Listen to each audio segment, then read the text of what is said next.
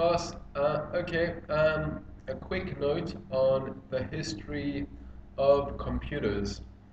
So there's just a distinction that I want to get across on the history of computers, the history of the hardware. The difference between a purpose computer and a single purpose computing machine.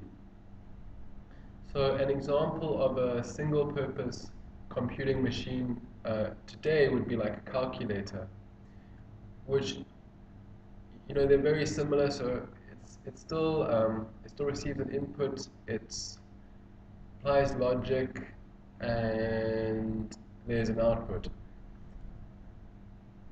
as opposed to, let's say, a regular laptop or desktop. Now, the difference is that a general purpose computer can be programmed. In other words, we can write software for it. And in fact, the earlier general purpose computers were programmed with hardware, with actually like unplugging a wire and then plugging it. So there were like thousands of wires, and that's how they were programmed. But they were general purpose, as opposed to, for example, the bomb computer, Alan Turing's computer, which was a code breaker. Very advanced, but not general purpose. It was built for one thing, meaning the circuitry, the hardware was built just like a pocket calculator or a microwave. You know, although it is doing some computation, it's not programmable, as opposed to a modern CPU and computer, which is known as a von Neumann machine, or also a Turing machine. You know, a modern CPU is programmable. It can display images, it can do mathematics, it can play a game, you know. So really, that's what we're learning. But it took a long time to get to that point.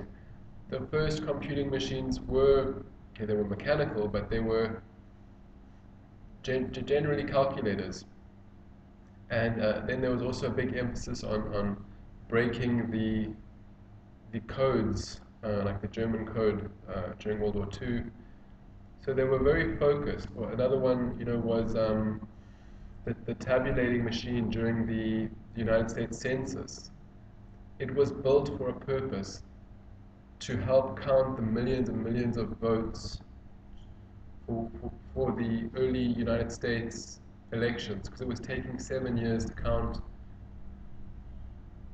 not the votes, sorry, to count the census. You know, the census is when you count how many people you have in your country and who's married and, you know, who's male, who's female, or female, male, you know, whatever.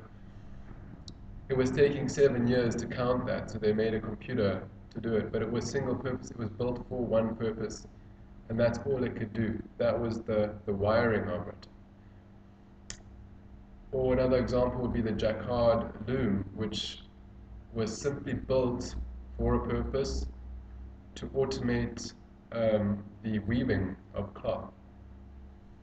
And that's how they started. That's how the circuitry was built.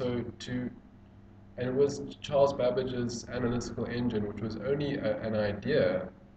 He never completed it. And he worked with Ada Lovelace, who's regarded generally as the world's first programmer, although, of course, because the analytical engine was never created, her code never actually ran. But she still wrote programs. And it's just a really important distinction in the history of computers between general purpose computers, which we take for granted today, and their precursors, which are like calculators, which are really single purpose machines.